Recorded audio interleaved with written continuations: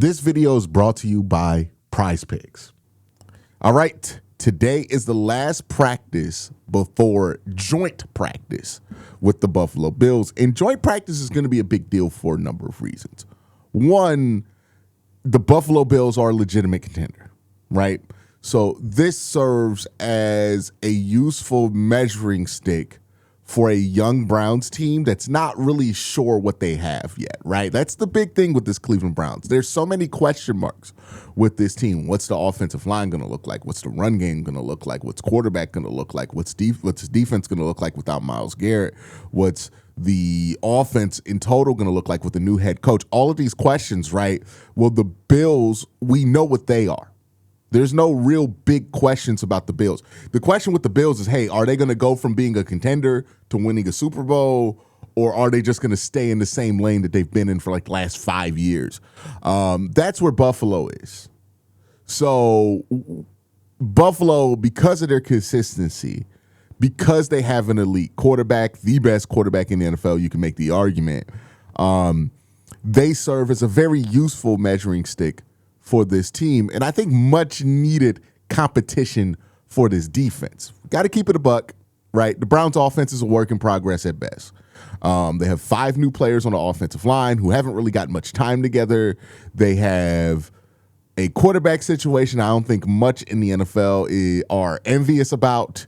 They have a good running back, but he's been in and out because he's coming back from an injury, and some strong wide receiver play, right? Some strong young wide receiver play. Buffalo offers a little bit more of a challenge to the Browns, right? It's easy for the Browns defense to look elite versus the Cleveland Browns offense because until we really know what this offense looks like, it's pretty safe to assume that a lot of defenses can look elite versus the Cleveland Browns offense. No disrespect. It's just the reality of the situation. But if they can look elite versus Buffalo, then it feels a little different, right? Now you instead of like bullying Deshaun Watson and Shedeur Sanders in practice all the time, like if you go to that to bullying Josh Allen, then now we know we got something on the defensive side of the ball. So that's going to be a big measuring stick for this defense. I think I'm most excited to see this defense in joint practice because that's why I think it's going to be the fairest competition. But the offense is going to get some things that are going to be interesting too, right? We're going to see this quarterback competition for the second time this year escape the bubble of Berea, right? When the quarterback competition is in the bubble of Berea, it's easy to get lost in just comparing what your quarterbacks are doing to what the other quarterbacks on the team are doing, right? And what I mean by this is this. You get so caught up in comparing Deshaun Watson versus Shedeur Sanders and who's better versus Deshaun Watson and Shedeur Sanders and watching that race that you don't really take the time to look and say, hey, where are these guys relative to the rest of the league? Right? People coming in from Buffalo are going to be able to provide a perspective that is unique because they're not a part or invested in this quarterback competition. They will more easily be able to just talk about this thing as is, right? So I think we're going to get some unique perspective about the quarterback competition, right? How Deshaun Watson looks, how Shedeur looks. Is this something that's impressing people from outside of the city of Cleveland? Probably not.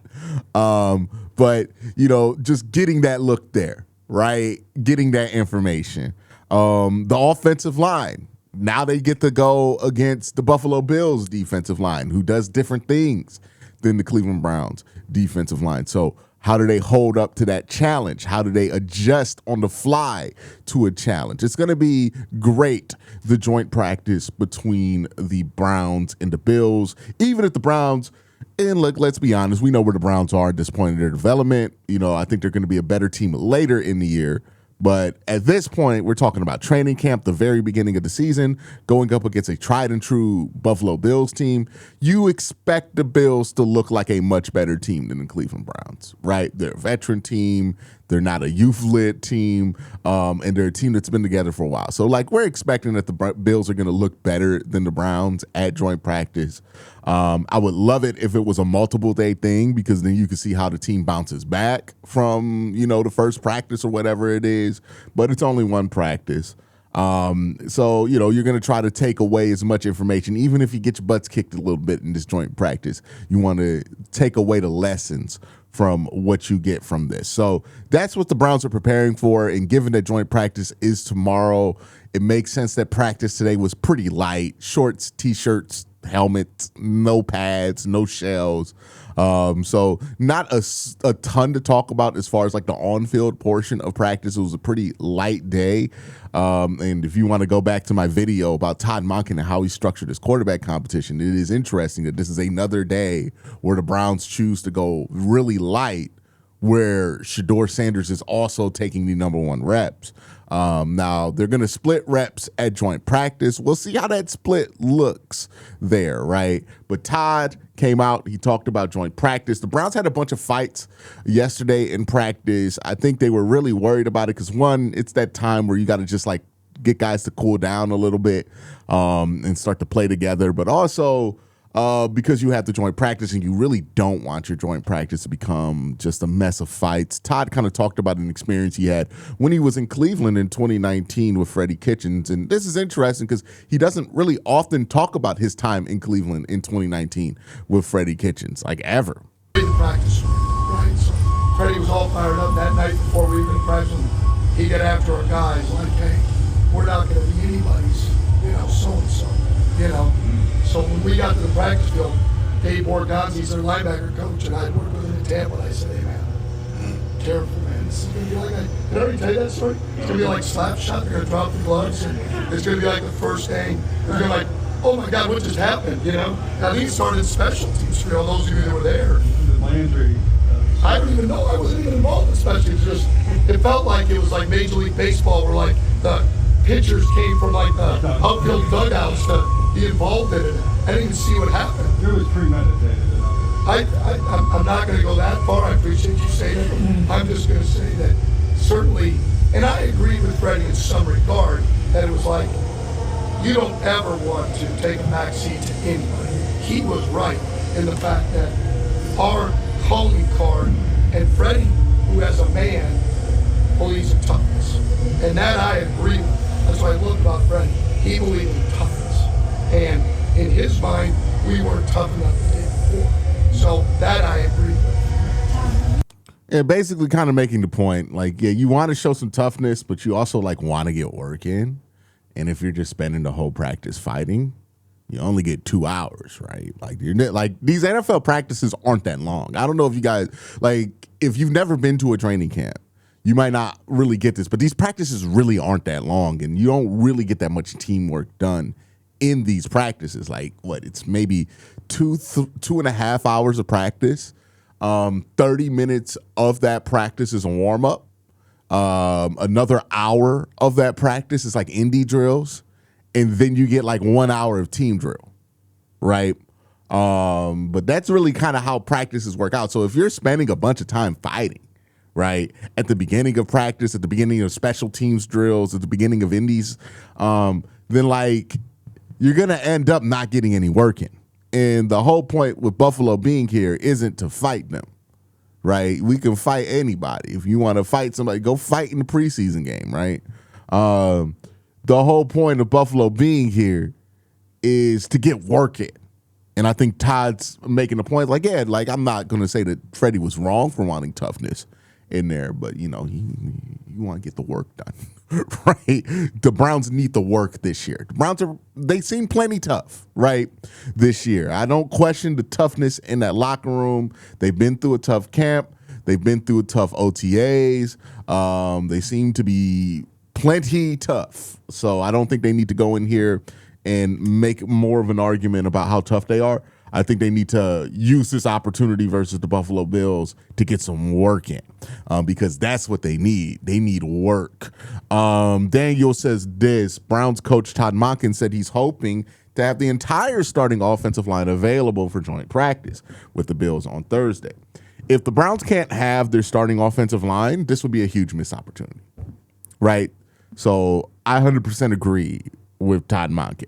Like, yes, I would love to have the starting offensive line because, again, this is just an opportunity. You're only going to get like an hour of team drill. You really want to get the most out of that hour, and the way to get the most out of that hour is to have your starting offensive line. Like, this is time that they just can't miss together. They can't afford to miss this time together. This offensive line has already missed too much time together, you know?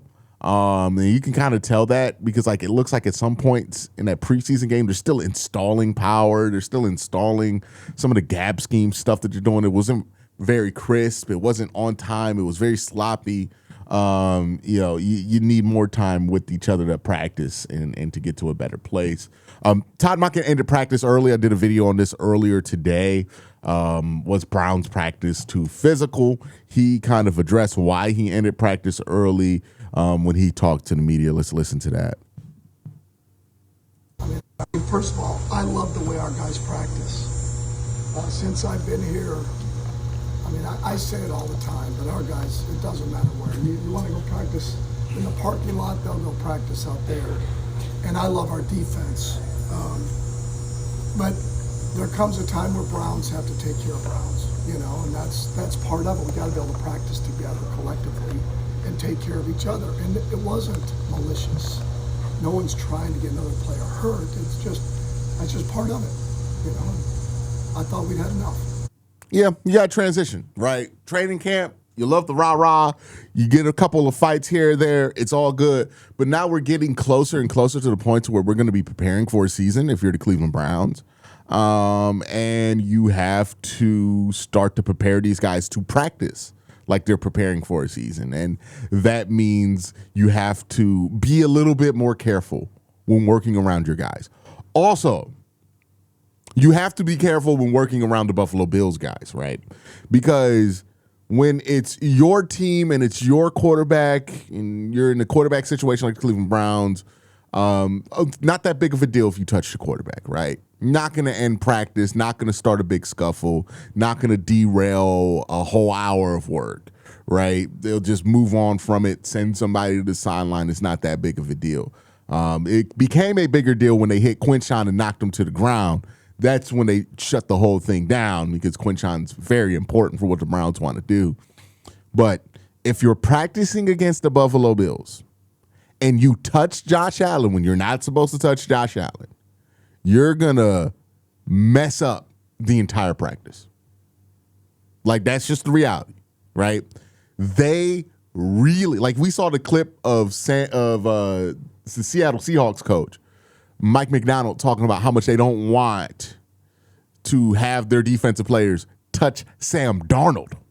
And look, Sam Darnold is a Super Bowl champion. He deserves his respect. And he's a legitimate starter in the NFL, and he's going to be protected.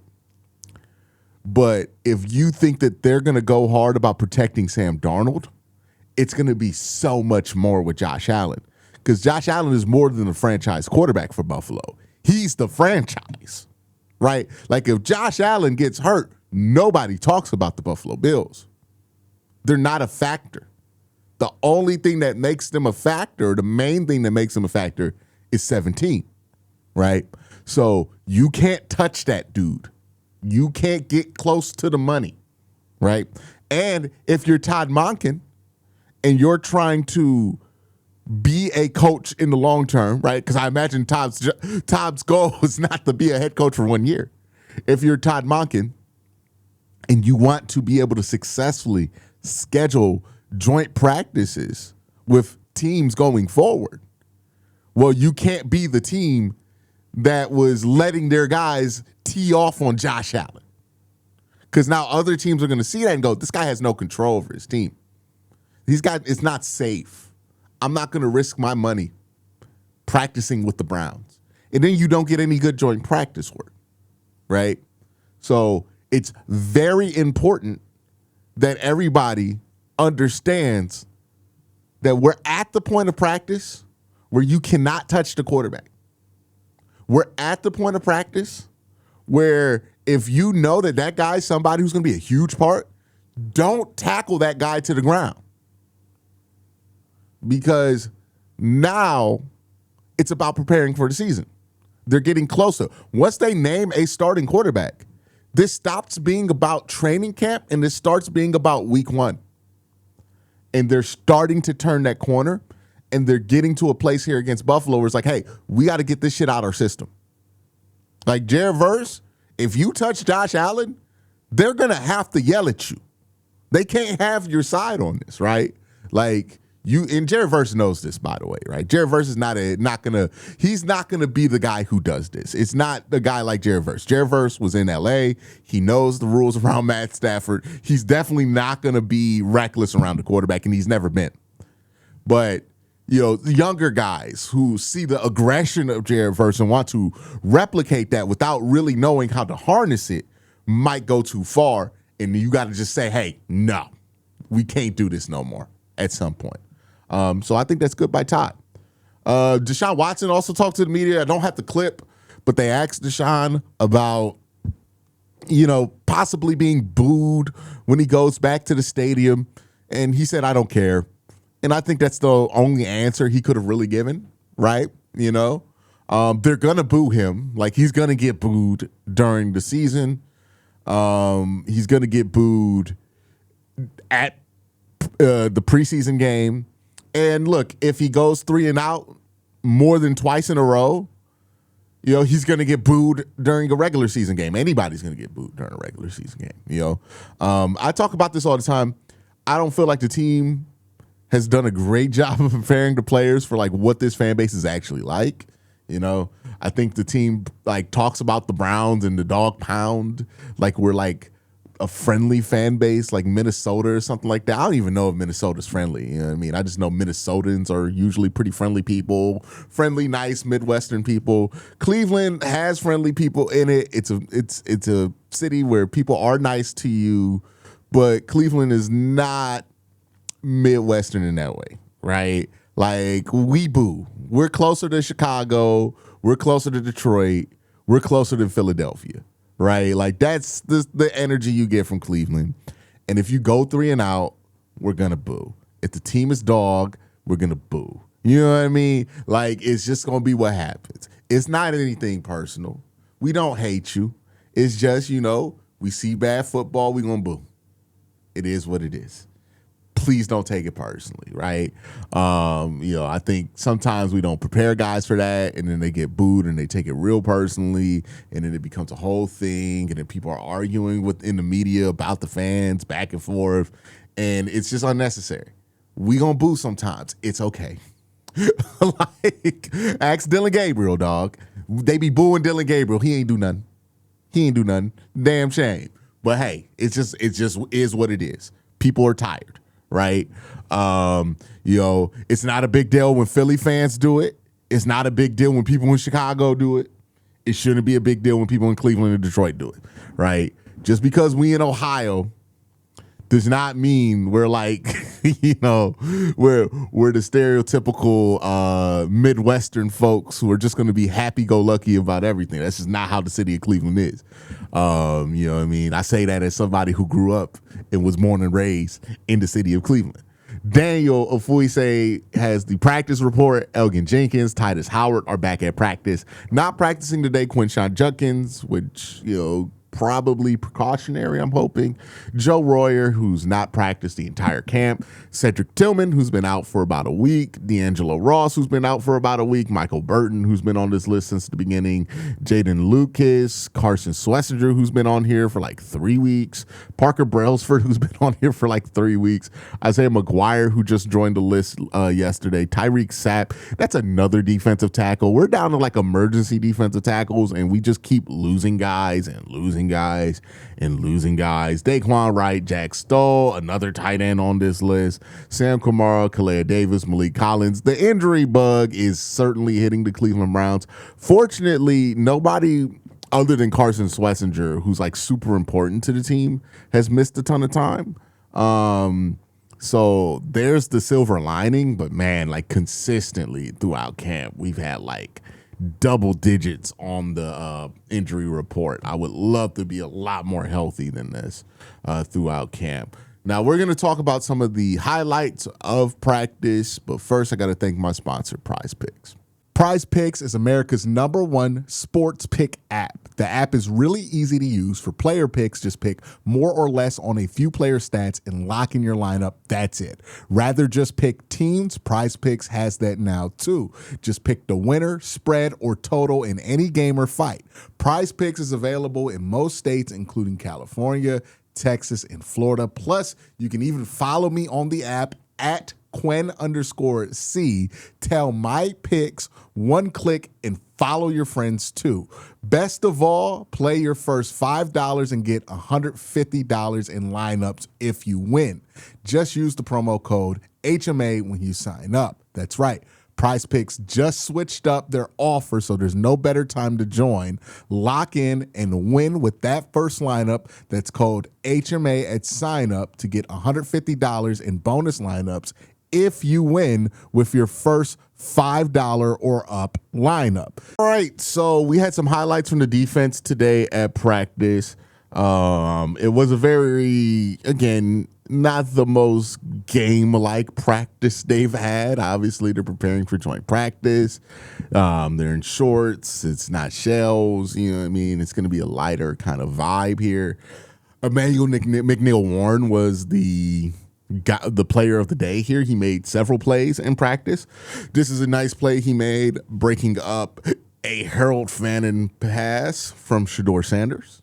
So nice stuff to see here from Emmanuel McNeil-Warren, right? Didn't think he had the greatest preseason game last time he was out there, but hopefully he has a much better day on Saturday if he plays and he continues to make some plays like this. Also, Deshaun Watson threw a pair of interceptions. This is the first one he threw to Tylan Wallace. To Trey Avery, attended for Tylan Wallace here. So a little play action, deep throw. He's thrown a lot of interceptions in Cleveland off of stuff like that. To be fair, I don't know what they're working on here. It doesn't look like they're it looks more like a walkthrough rep than anything. It doesn't look like they're really working on something there. Shedeur with a nice touchdown throw to KC Concepcion. Nice route there by KC. A nice catch. Emmanuel McNeil-Warren with another play here, almost intercepting Deshaun Watson. Really nice play here. You want to see Emmanuel McNeil be able to finish this play here because it's right there. Does a great job cutting this off. And it just doesn't land there with him. And then the second Deshaun Watson interception to Michael Coates here. This is a little jet out, throws it, and it's underthrown. And then Gage Larvin, it's at the feet of Gage Larvin, and Michael Coates makes a nice play. Remember, Todd Monken talked about Michael Coates yesterday, said that that's somebody who just consistently keeps making plays here. Daniel Fouisse with a wrap-up of practice. Browns practice is over. Lighter practice ended with a 2-minute drill. Down to Shedeur Sanders got the starting offensive into field goal range, but his last-second spike was done before everyone was set, resulting in a pre-snap penalty and a 10-second runoff. End of game. Small details, man. Small details. Shedeur's capable of putting together a nice throw every practice. We've broke down every training camp practice, right? And there has not been one where in that highlight package isn't Shedeur throwing a nice ball downfield to a player, right? We know that Shedeur can throw on occasion in a 7-on-7 or 11-on-11, a nice ball. The problem is the more procedural stuff, right? Can Shedeur get us to the line in time? Can Shedeur make the right checks at the line of scrimmage? Can Shedeur do all the small work that being a quarterback requires, right? Quarterback's a glamorous position in the NFL, but the reality of the position, when you listen to people who played it, it's a lot of small things. It's a lot of dirty work that you have to do. And this is one of those things, right? You got to make sure people are set. You can't spike the ball before everybody's set. You can't get a pre-snap penalty with a 10-second runoff at the end of the game. And, it's a practice, so it's not that big of a deal. But if this happens in a real game, like, that's not excusable for Shedeur just because he's in his second year. This is something that a 4-year starter in college should have down. And it's this kind of stuff that keeps holding back Shedeur Sanders. For people who are wondering, why isn't he just obviously the starter? Why are people saying that Deshaun Watson might start over him? It's this kind of stuff. It's the going through progressions. It's the not making your life easy when you're back there playing quarterback and doing things that are way more difficult than you need to, and taking low percentage throws when you don't have to, and then getting a pre-snap penalty and a 2-minute drill because you can't spike the ball properly. Is what it is, right? Like, you got to make sure everybody's set. You got to spike the ball once everybody's set, and then you can't take the 10-second runoff. This is the stuff that's held Shedeur back. In this quarterback competition, this is the stuff that's held Shedeur back in the NFL in general.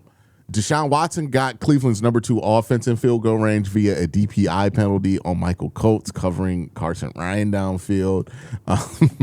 So it's not more encouraging for Deshaun Watson. The only reason he got to get the drill successfully is because Michael Coates got a DPI. So that's just where we are. We got to hope that something shakes with this quarterback room if the Browns can get something more out of it. But, it still looks like we're dealing with the same problems with Shedeur from last year, and we're dealing with the same problems that we've always dealt with Deshaun Watson. And that's just kind of where we are. Now we go to joint practice with the Buffalo Bills. It's going to be a huge marker for this team, but we're going to cover that tomorrow. Make sure you're locked in and subscribe. Y'all have a great day. Have an even better night. Peace.